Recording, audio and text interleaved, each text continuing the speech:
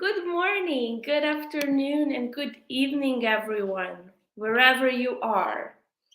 My name is Katarina, and I'm training manager here at UX Academy. We would like to thank you all for joining us today on this presentation to learn more about UX design. Please drop a message here in chat and let us know where you're watching us from. What city, what country we would like to know. And it's always great to see people from all over the world watching us live. So please drop us a comment. So this is our agenda for today. So a lot will be covered, and we are so excited for this webinar. Oh, hello, Robert. Thank you for joining us from Washington, D.C. We are so happy that you're here with us.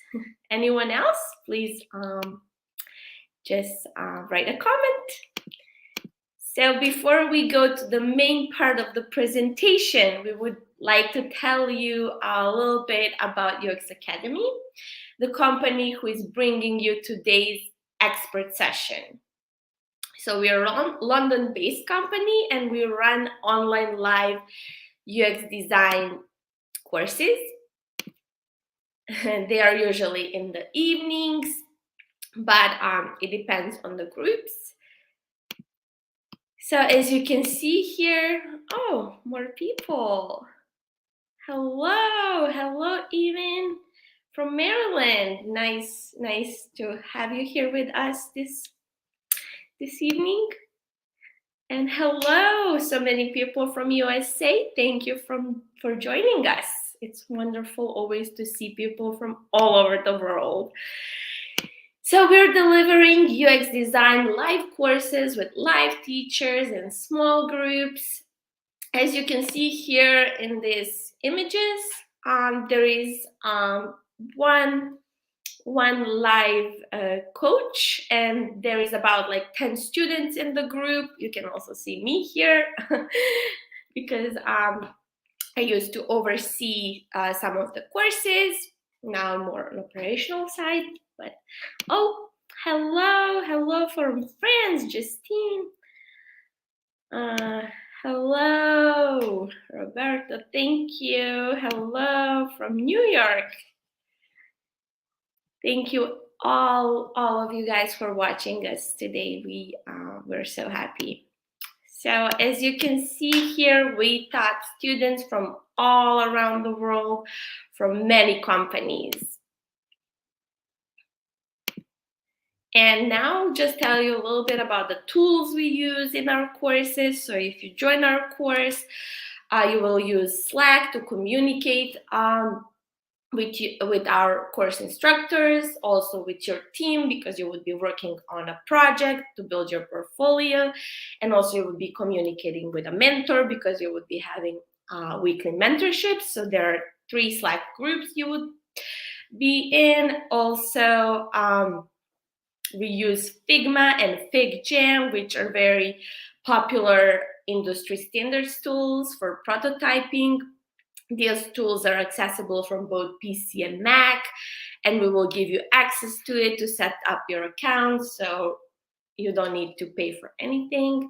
We also use Google Doc to upload our course recordings and slides, so you can access it at any time. And also, as I already mentioned, we use Zoom to deliver our courses. So now I'll tell you a little bit about mentorship, which is a very neat point about UX Academy. So every week you will have about 30 minutes team mentorship with an industry expert, where you can address any questions or blockers that you might have about the project, or follow up about any other questions. You can ask them for a career advice or support, because our mentors have over 10 years of experience in the UX industry. And now a little bit about our payment plans. So at UX Academy, we offer 2 flexible payment plans to make our courses even more affordable and accessible. That's Noma and Klarna. So if you would like to learn more, please go to our website, click About Us, and then payment plans. And now it's so now it's time to call our host for this evening, who will be taking over. Sylvia, please join the panel. We're so excited. Hi, hello everyone. Hello, Sylvia. So now I'll remove myself from the stream, and I'll be back later for Q&A. So everyone, as you're watching and listening to this session, feel free to write comments, but we will answer at the end during Q&A session. Thank you again, everyone, and see you later. Hi. So just 2 words on myself. I'm Sylvia, and for the start, I'm an innovation designer in IBM, and I am based in Copenhagen. And the reason why I propose this topic is that I am very passionate about strategy, but I also think it has become quite a thing these days. As UX professionals in this AI-ridden landscape, it's increasingly likely that you come across some doom and gloom on LinkedIn and Medium these days, posts depicting the demise of our jobs at the hands of intelligent systems. Yet, while there continues to be no shortage of voices pointing to the fact that UX practitioners should hone their strategic skills if they want to influence at a higher level, while I do believe this is true, I also think that we should start to look at it more intentionally and understand what strategy really is about.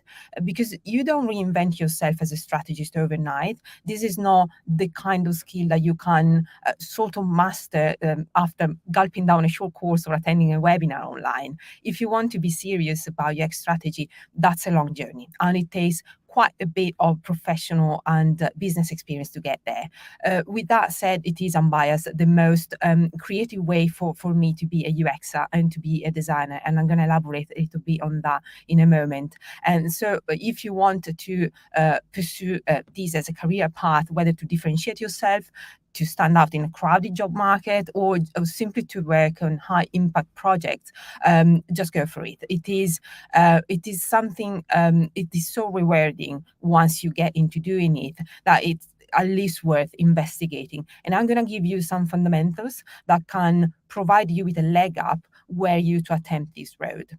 And I'm going to build off throughout this presentation strategic design, which is my background, but it's also a branch of design that addresses wicked problems, by which I mean systemic challenges. Think like the things like climate change rather than social inequalities, waste management, and you guess what, business innovation, experience innovation. And it really teaches you how to apply design principles to these systemic challenges, but also to tap into other domains like classical business strategy, system thinking, and futures thinking. And there are so many interesting tools and practices and methods that we can actually grab from this field and use it for our UX job. But I guess it makes sense, first off, and before jumping into the toolkit, to understand what UX strategy, and more generally, what strategy really means. And strategy roots back to the dawn of the word, really. Historically, it has always been linked to this concept of competition. So in war, you use strategy to outsmart your enemies. And in a market and business context, that ain't much different. One of the things that it is worth disambiguating, though, is that strategy has always been seen as, or is often seen as the purpose, the vision, the right end of this segment. Sometimes you see companies jotting down a list of ambitions and they call it a strategy. Other times, it is also defined as a plan. So the plan that you need to have in place to get to that end state, to that desired end state, which is true, which is kind of accurate, but I think is just a part of a bigger picture and perhaps not even the most crucial. What really strategy is about is, number one, a realistic assessment of the obstacles which are blocking you or slowing you forward that end state. And number two, a mix of policy and actions that are specifically designed to focus your energies on addressing, on surmounting those very obstacles. And this is what you need to give strategy its bite. And that's a fundamental lesson by one of the greatest strategists of all time, Richard Rummelt. And his lessons is so simple and powerful. Yes, you need a plan, but that plan must follow an accurate diagnosis of your circumstances. And in our current economic and technological landscape, that part is often overlooked because it's by far the toughest. And it's very difficult to assess, to diagnose the problem space nowadays. And this is why it is often overlooked. And then that leads to so many problems in terms of strategy. Another important thing that I'm going to pound in on the table on and on during this presentation is that a good strategy is always an offspring, the offspring of a focus exercise. You need to identify what is your biggest challenge or your biggest opportunity, depending on how you want to look at it. And then you need to converge all of your energies, all of your resources onto that. You need to focus on that. When it comes to UX, what are the high-stake challenges that you might find yourself dealing with? You might have to beat competition. So you're launching a new product, new service on the market, and therefore you need to cut out a unique positioning by creating a one-of-a-kind experience.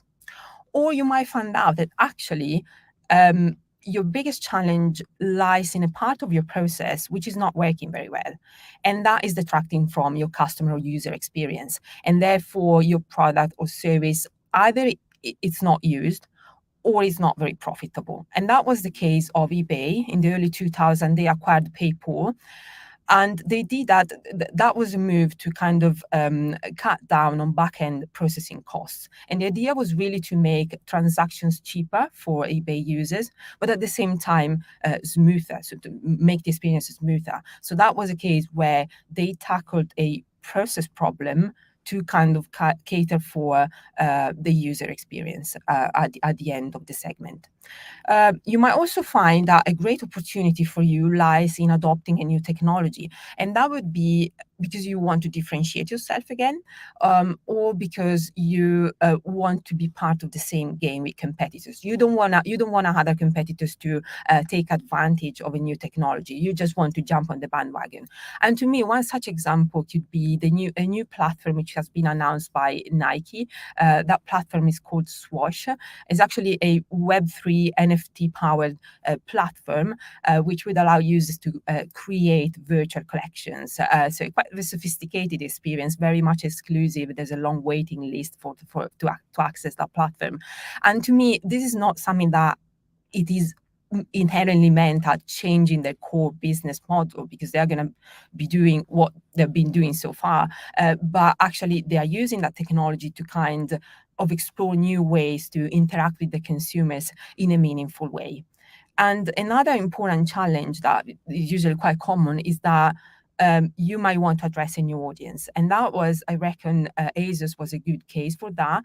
Some years ago, they overhauled completely the user experience on the core retail platform in a bid to cater for a younger consumer base, and also to create different experiences based on different geographic markets. And I'm going to get back to the ASUS example because it is an example and another important point that we'll make later.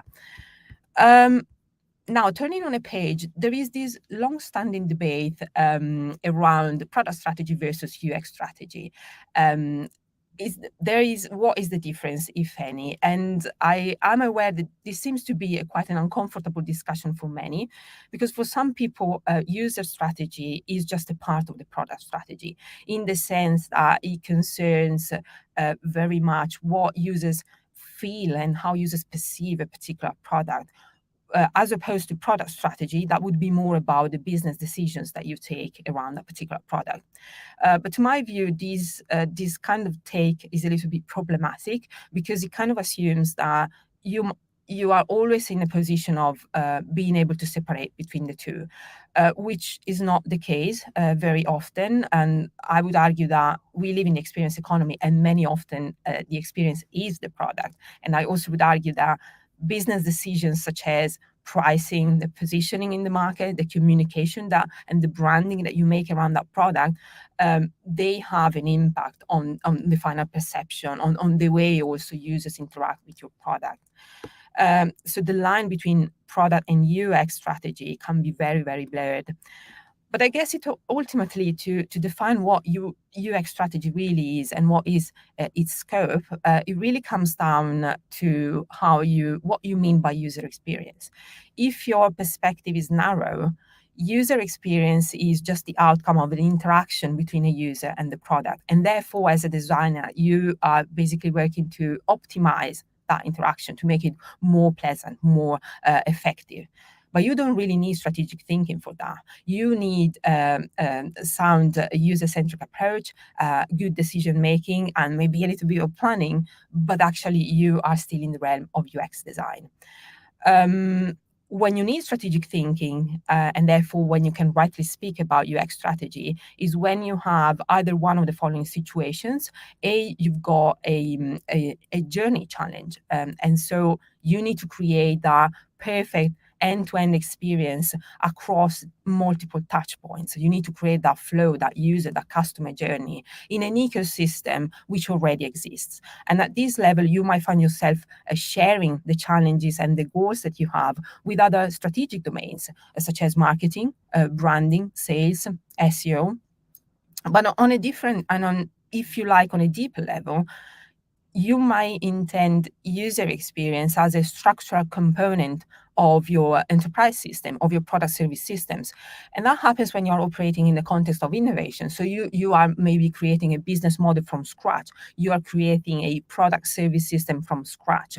So you are in a system change scenario, and therefore you need to look at the user experience from an holistic standpoint as the result of the intersection between the product systems, but also the services that are connected to it, the network, internal operations, enterprise operations, the IT structure, the IT infrastructures, and the ecosystem of channels that I've mentioned before. So it's a very broad scope that you might be dealing with, and is by far the most complex when it comes to UX strategy.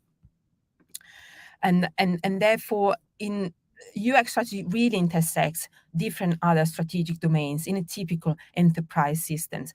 And failing to take care of these intersections, failing to orchestrate all of these interconnections, might lead to things going terribly wrong. And I'm going back to the example of ASUS that I mentioned before, when they did that famous overhaul that was in 2018. So they basically wanted to change that experience, and they did a lot of changes on the platforms.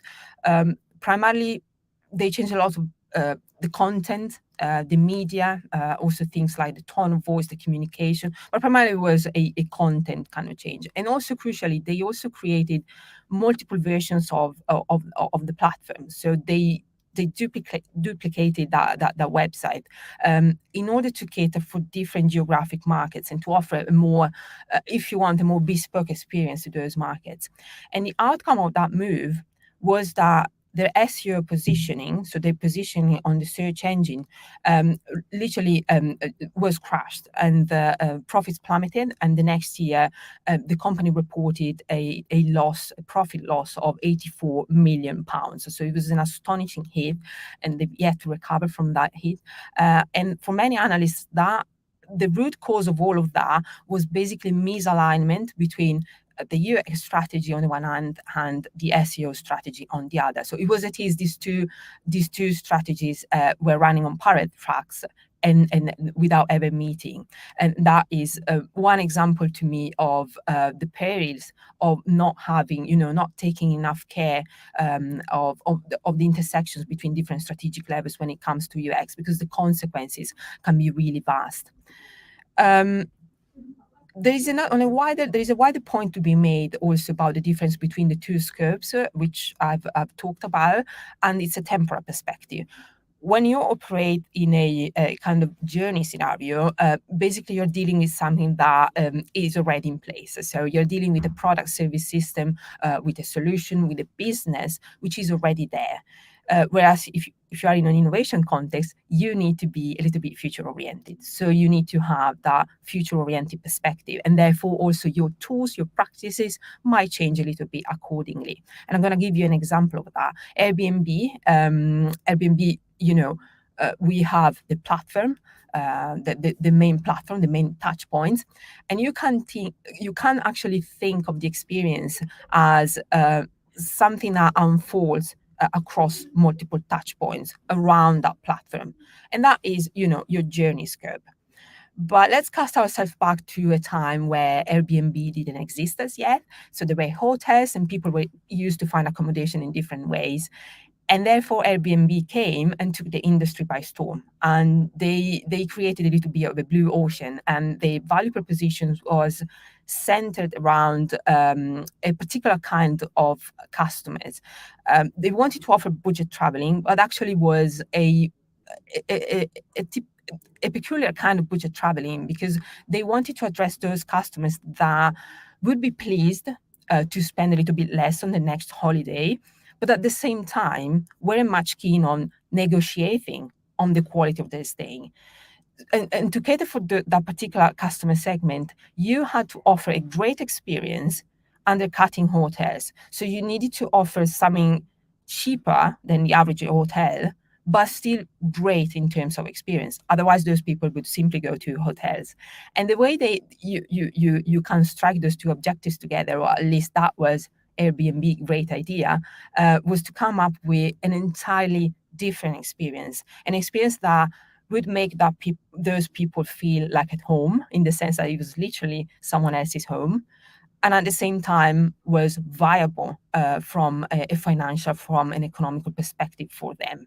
But in order for that idea to come alive, they needed really to focus on, they really need to look at it from a holistic kind of way, and to look not just at the service, not just at the platform where the connection between the two audiences would take place, but also at all the systems. So the partnerships that they will make, the physical assets, the homes, the hosts, the pricing strategies, the locations, the experiences connected. So a very broad scope. Now they have defined what are the two major scopes that are relevant when we are talking about UX strategy. I'm going to focus from now on primarily on the second of these scopes, which is innovation, and is by far, I think, the most challenging and also the most interesting from a design perspective, because when you step into the realm of innovation, you are really into the realm of systemic change and gnarly challenges. And I really would like to explore now the relationship a little bit between design and strategy. And as I said, Richard Ramelt, I mentioned him earlier. He says that strategy is a creative kind of work. And that to me is, and not only is creative, but it's also something dynamic, is something that must be iterated continuously, because your context, your environment change all the time, and therefore you need to be flexible, you need to be quick, you need to be fast and experiment continuously with your strategies. And that to me resonates so much with what is the essence of design thinking, strategic design. And in fact, there are some reasons why design is becoming so important and also so appreciated in the field of classical business and innovation strategies. And is that design has three unique capabilities. One is the ability to see, so to understand the context, gather insights, and observe. The second one is the ability to make people see, and so to make complex things ostensible, visualize things, visualize complex concepts, and simplify that complexity in a way, and storytell that complexity. And the third ability, which is very, very important in the context of innovation, is the ability to foresee. So to forecast, to see reality as very different as it is now. So the ability to envision, to imagine future scenarios. And these three capabilities are absolutely intrinsic to design. But in order to channel them to strategic projects, to maximize the strategic potential, you also need to have the right tools, the right methods at your disposal. And I'm going to share with you some my toolbox, some of the tools that I use in my everyday job at IBM, but also some practices and methods which I've studied and I actually practiced along the way over years of studying and work. And I'm gonna organize. I'm gonna follow this distinction that you can make when you talk about a strategy. You have a diagnosis phase, and then you have a guiding policy, the phase when you create your policy, and then a phase when you create your actions. So you make that strategy alive. When it comes to the challenges, yeah, you start obviously from research because you need to understand challenges. Understanding the challenges is about understanding your environment. So you need to do research. And this is nothing new for you. And you can use the tools you are familiar with as a designer. But then it comes the funny part and the tricky part because you need to diagnose, because research is not enough. You need to take that information, the observations that you have made through research, and you have to make an assessment of the situation. And it's very important, and I couldn't stress this out more, that when you do this, you have the right stakeholders in the room. And to do this, you can help yourself with a variety of tools. You can tap into traditional business strategies, so things like SWOT analysis, scenario building, or the PESTEL framework, all classical strategic tools. But you can also tap into the field of future thinking. That one on the far right is the future wheel. It is perhaps the most mediogenic tool in the field of future studies, and is actually a tool that we use to help teams understand what are the implications of the key areas of change that we want to strategize towards when we do our engagements with clients. And you can also come up with bespoke tools, with very customized tools. The one on the left, the bottom left of the slide, the circus, this is a tool that has been developed by service designers in IBM, and it's a tool that we use to diagnose what are the inefficiency in terms of, and the roadblocks in terms of processes within an enterprise. And it is used to study where there are the overlaps, is basically where potential inefficiencies are that you can tackle with particular implementations. That could be automations, for instance. So understanding where are the roadblocks to apply particular technology to kind of streamline those processes. And that is absolutely a tool that we developed internally. Once you identified your challenges, you need to prioritize them. And that's very important because it comes down to scoping down on what your problem is and to scope down to an appropriate strategy. And so strategizing is really very much about framing, reframing, scoping down, and gathering insights. And you must do that quite continuously. And once you've got your challenges, you need to prioritize them. And that's very important. You prioritize your challenges or your opportunities according to two parameters. One is the ability that you have to pursue that challenge, to address that challenge, to address that opportunity. And the second, of course, is the business impact that would accrue to the business by pursuing that particular opportunity or challenge. And then you plot over your challenges and you understand what are the challenges or the opportunities that you can address now and what are those that you can address mid-term, long-term. And in that way, you create a roadmap, and that roadmap is the inception of your strategy. And therefore, moving down, you also need to define what is your strategy. And this is absolutely the creative part. As I said before, strategy is creative. So there is no cookie cutter approach. There is no one project equal to the other. You really need to come up, if you want to truly innovate, with something very unique. But still, you can leverage on some patterns, on some archetypes, on some methods that can really help you. You can take inspiration and you can actually shape your strategy on. The first advice that I would give is that you need to understand what your advantages are, what your strengths are, and you can press those strengths in four fundamental ways. One way is to reduce the costs related to that advantage, and at the same time enhancing the user value of that advantage. And this is the example that I gave before about eBay acquiring PayPal.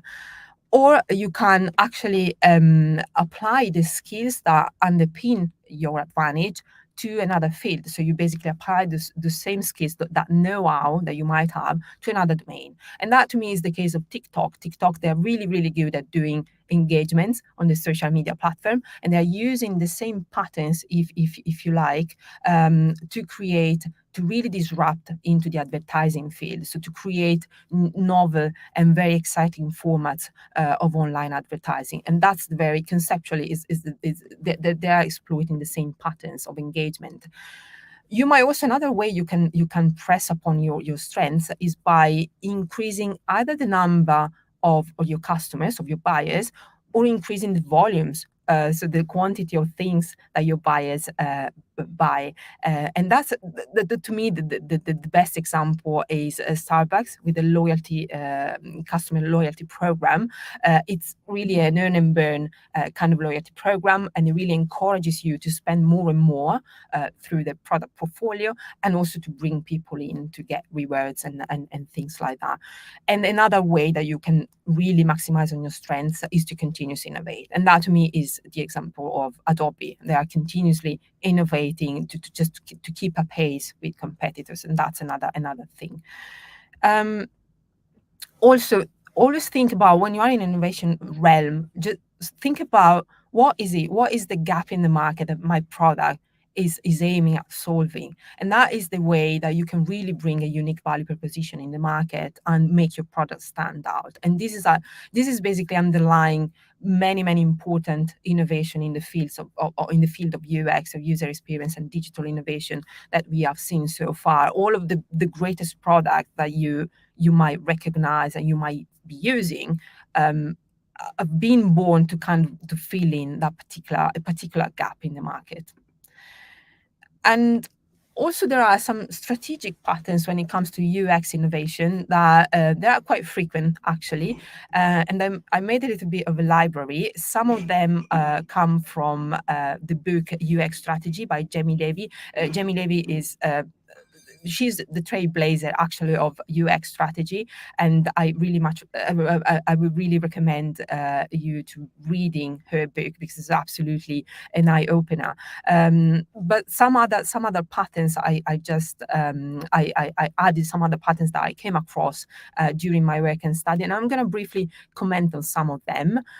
This is a company who we have recently collaborated with. It's Box is a platform basically connecting customers and cosmetic brands, and they are a subscription. They do have this subscription business models whereby they do send a monthly goodie box to their customers, and customers can repurchase the product. So they do send out samples of products, and customers can repurchase the whole product.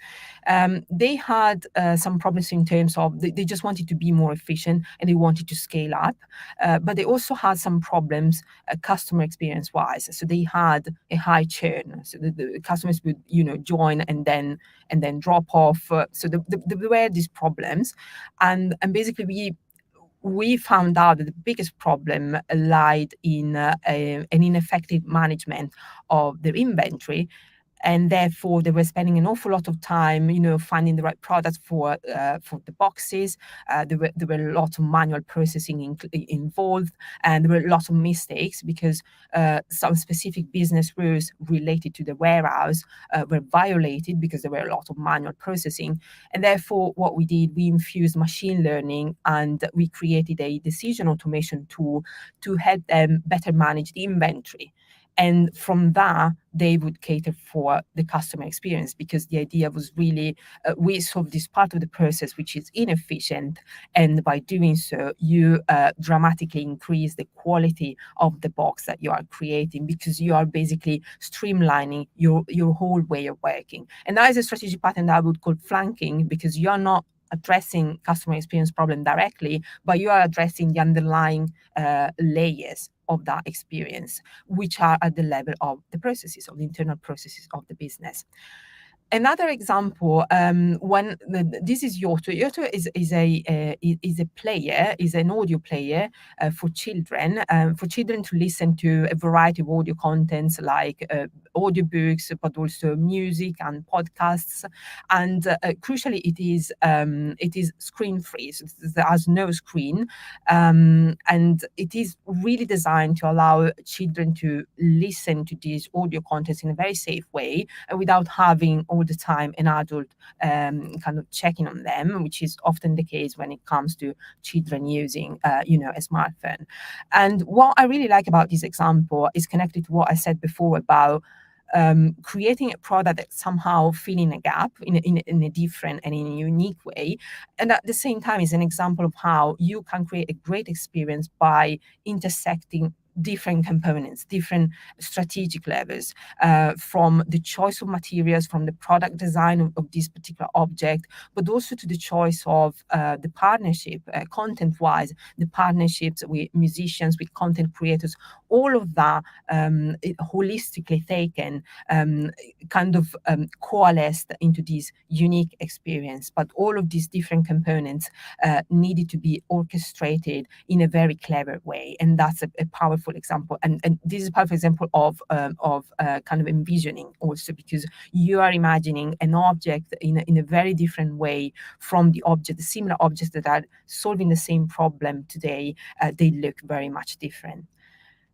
And lastly, I want to conclude with the last example of a strategic pattern, which is actually creative pattern, which comes across quite often in UX innovation, which is called, we can call reversal, and is where you imagine, when you basically reframe the problem and you look at it from an opposite perspective. And the most famous example is the invention of the GPS. This dates back to the 50s, and that was the US military came up with, they launched Sputnik, which was a satellite, and they were monitoring, they were tracking the speed and the location of Sputnik through two very distant points on Earth. And then they thought, why don't we take the problem upside down, and basically we use the same concept but the opposite concept to kind of track the position and the speed of moving objects on Earth by using 2 points in the sky. And that was how the GPS was the idea of GPS came through. And that was really, it is an example of how you can actually create novel products, particularly in digital innovation space, by simply taking a problem and look at it from the opposite perspective. You just mirror the problem, and that's absolutely, it can lead to very groundbreaking kind of creations. And to conclude, I would just like to say that strategy today needs designers. It needs the creative and the thought processes of design to be more creative, to be more dynamic, and to be more flexible also to changing environments.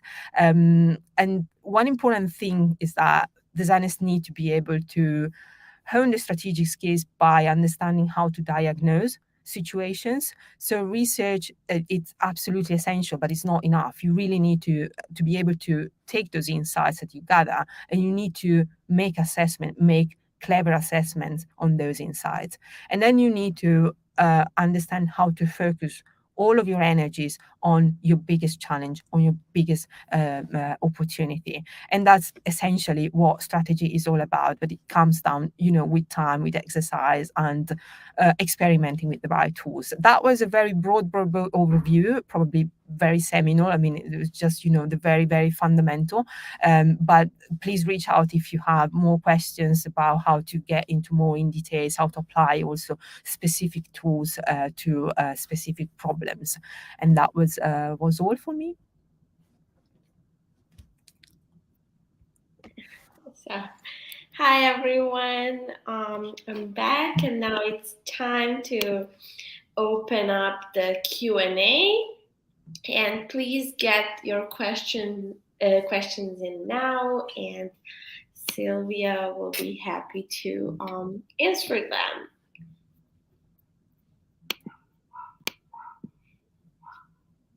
So just type them up in a chat, and we will read them for you.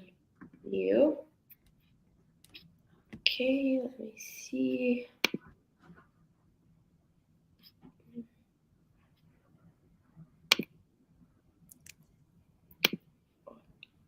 Oh, here are some questions. Awesome. How can a designer measure the success of their strategic design efforts, Sylvia? Oh, wow, that's a huge question. It depends very much, but this is something that actually it is part of your strategic activity. So typically, when we do strategic engagements, you define, as I said, the roadmap and what you need to pursue. What are the biggest challenges, the opportunities that you want to pursue now and then midterm and long term? And it is in that moment that you also define the metrics that you want to measure. They might be usually business metrics always go hand in hand with user metrics. So you basically create experiences that improve people's lives. So basically, I'm talking from a perspective of an enterprise perspective. So when you do strategize for enterprise related problems, we kind of define what are the metrics that the business wants to monitor, and those are the measure of success. And we know, because we lead the engagement, that actually those measure of success, which are business related, they do actually have a reflection on a user experience improvement. The two go hand in hand. But you define the metrics. It might be, any kind of metric. That could be, I don't know, better revenues. The revenues maybe are difficult to quantify at the moment, but improved efficiency, decreased amount of time in carrying out some tasks, or customer satisfaction measured in some specific touch points. It could be anything, but yeah, you define in that moment, and you need to be careful when you strategize that you need to select those metrics that that is possible to you to kind of monitor and determine. That's very important, that you don't set for yourself or for your team the wrong metrics to follow. Otherwise, yeah, it can be tricky for you to manage. Yeah. Okay, thank you, Sylvia, for your detailed answer. And here is another question. Can you give us some tips on how to better explore the problem space? Oh yeah, that's another interesting question. Um, Wow, some tips about exploring the problem space. But problem space are really varied, so it depends. I guess if you are a designer, you already know how to do research, how to carry out research in a way. I would say be open and yeah, adopt maybe a mix of tools and techniques, both quantitative and qualitative. That would be absolutely great. Also, you need to have both perspective. So I guess, yeah, this is the tip that I would give it. It's a kind of universal tip that would apply to any kind of problem space. Look at, because we are really able as a designer, and we are really capable of grabbing the qualitative insights, because we do a lot of observation and design activities that are related to understand qualitative aspects of the experience. But maybe force yourself also to gather some more qualitative insights. Another important tip, which I mentioned, you need to connect to the relevant stakeholders. Because sometimes in the context of innovation, you might be very hard pressed to deliver, and therefore you need to have those people that could provide the insights that you ain't gonna able to maybe to rack up in a short amount of time. That would be my, if you want to engage us with clients, and in the context of strategic innovation, you need to have, if you can't do that, your research on the fly because you don't have time, because you're not paid for that, maybe you just need to have those people in the room who can fill you in on those very insights. So that is very important. So yeah, you should hone in your research skill in terms of what quantitative and qualitative. in the case you can't carry out a proper research, you need to do your due diligence in terms of understanding what the business is and so on and so forth. But the best way you can do that is having people in the room from the business, people that are knowledgeable in the domain where you want to strategize. That's essential. Otherwise, it's very difficult that, and particularly if you're not specialized, and very rarely you just work on a just one of a kind of project and one of a kind industry. You, as a designer, you very often you're cross. I don't know what your experience is, but usually it's like that. We should be very flexible also in terms of the industries that we collaborate with. Okay, great. Thank you so much. We have another question. Thank you so much for all the great information. What is the name of the book for recommended reading? Thank you. Yeah, I saw that Jamie Levy. I don't know, Jamie Levy. Sorry, I think that's the correct pronunciation of the name. Jamie Levy. The book is published by O'Reilly Media, and UX strategy, and it's basically it's a fundamental book, and she is the one who started to talk about UX strategy back to those days, and it was like, I think, already almost 20 years ago or 15 years ago, very long time. So yeah, that's essentially. And then I mentioned a lot of time Richard Rammelt. He's a strategist, and he wrote this book, which is very famous, Good Strategy, Bad Strategy. It is not an easy read, to be honest. It really, I mean, you really need to be a geek about strategy to read that book. That's my opinion. But if you're interested in that topic, just read that book, because it's very complete, and it's an eye opener on many things. Great. Thank you so much. And there is another question. What is the most challenging part of starting off as a new member of UX design? What are the advice to help improve and progress through UX as a new interest? Yeah, well, if starting from scratch into the UX field, yeah, I would suggest, because of course the problem, the challenge, and the beauty of our discipline is that increasingly we need to be, we need to be very practical, because we create prototypes, we create MVPs, we create interfaces, we create those artifacts. But at the same time, as as spoken about, you also need to be increasingly more strategic. So think about, the thinking behind how to solve those problems, how to align your products and your experiences to the business challenges, the business objectives, and so on and so forth. So you really need to practice both. I would say maybe it really depends on what you want to do.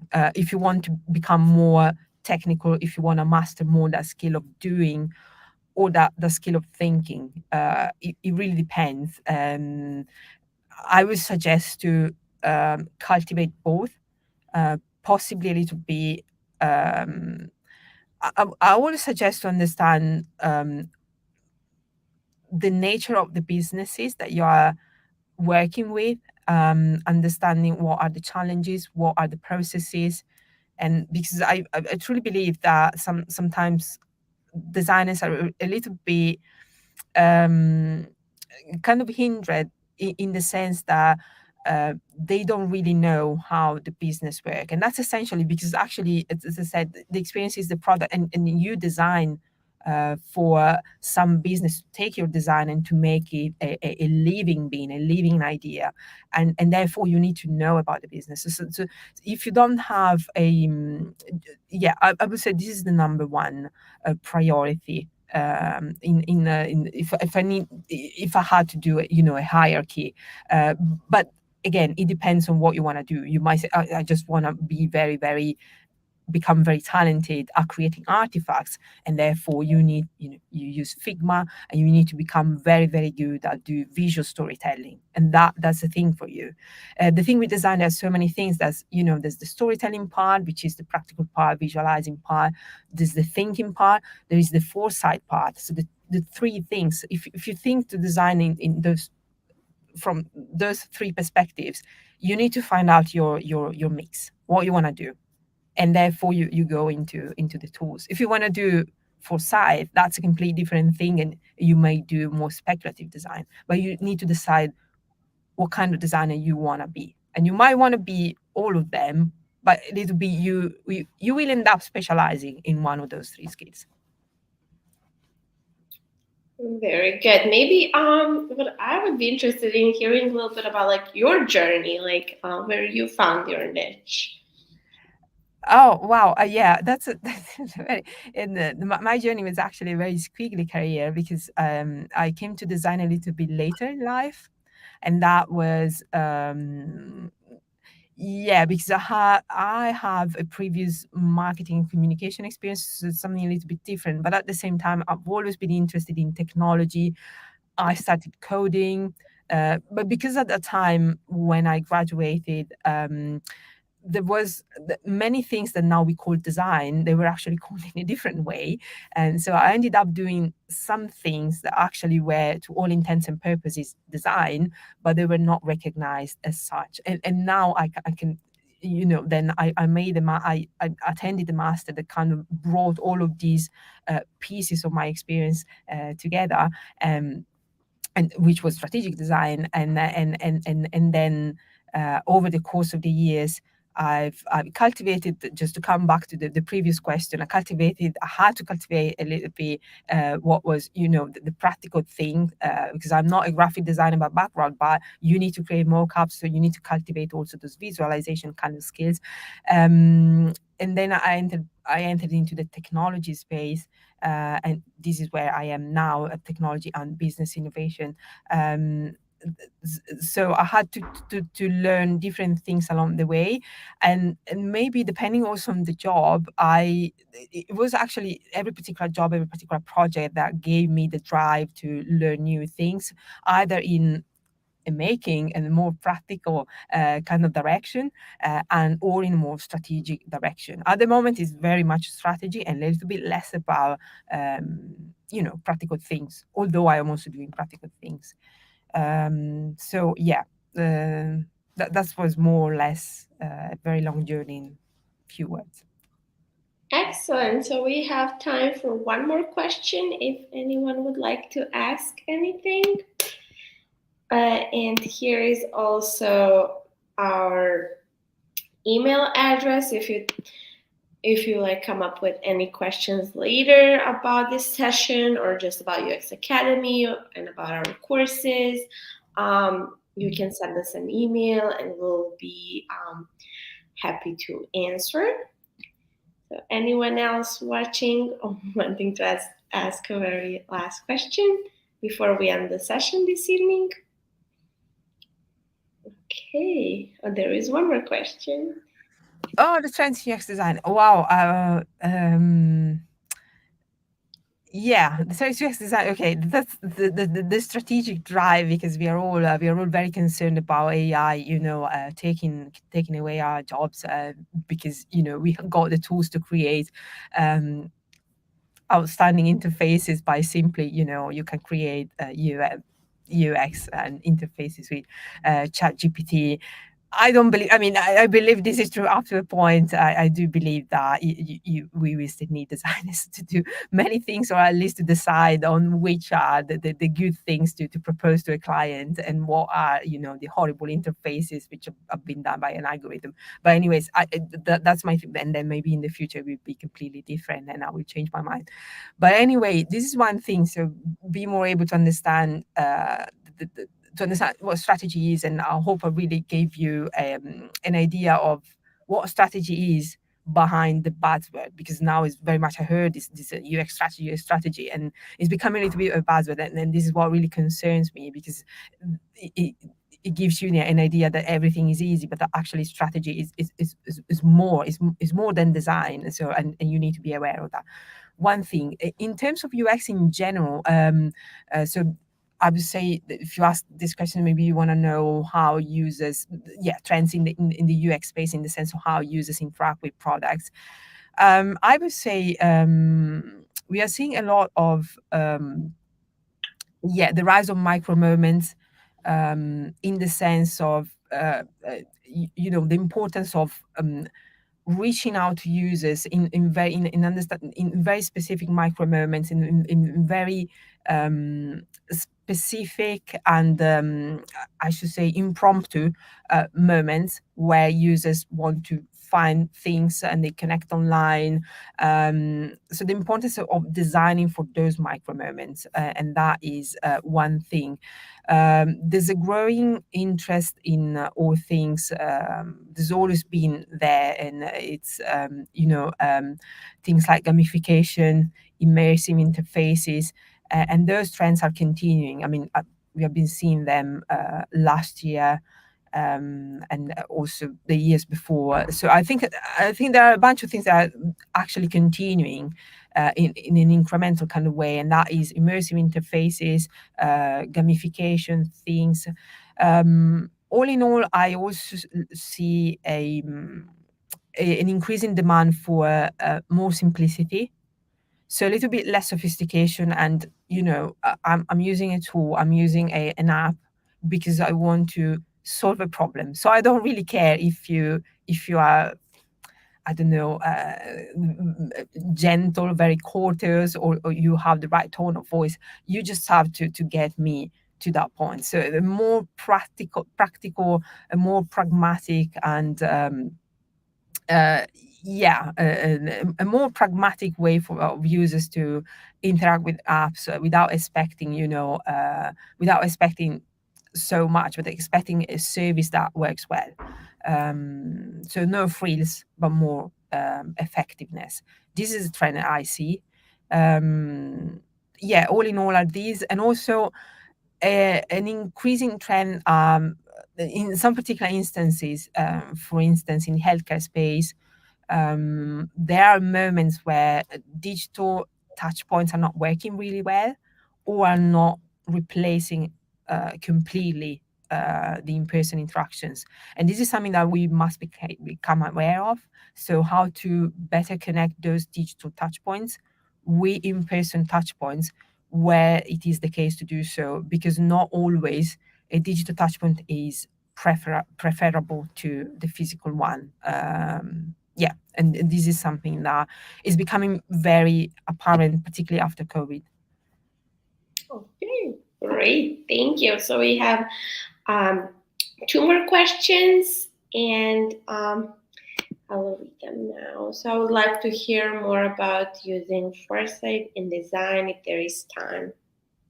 Yeah, it's a long topic. That could be a topic of another webinar. Yeah. Oh, okay. Then that's something that we'll think of creating like a webinar on this topic, because there is interest.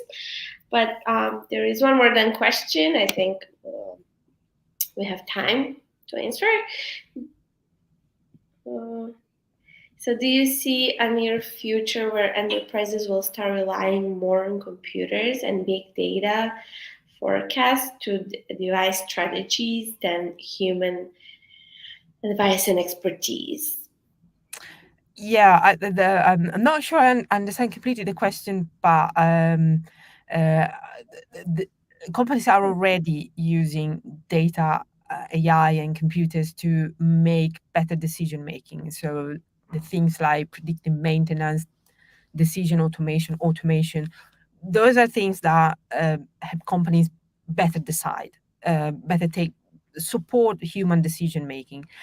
But as I said, that's a support to decision making. But strategy is not simple decision making. Um, uh, Strategy is something more than decision making. Strategy is about creating a course of action, and is a creative work, and this is what really strategic thinking and decision making are not the same thing. So you can improve this at this point in time. You can improve decision making, and you have the technology to help companies, take the right decisions. But doing strategy is a complete different thing, and it calls for creativity. It calls for research. It calls for then of course you have technology that can give you a lot of insights, and you can take better decisions with those insights. But the decisions that you take must follow a strategy, a guiding policy. But that strategy, there is no machine that can make it for you.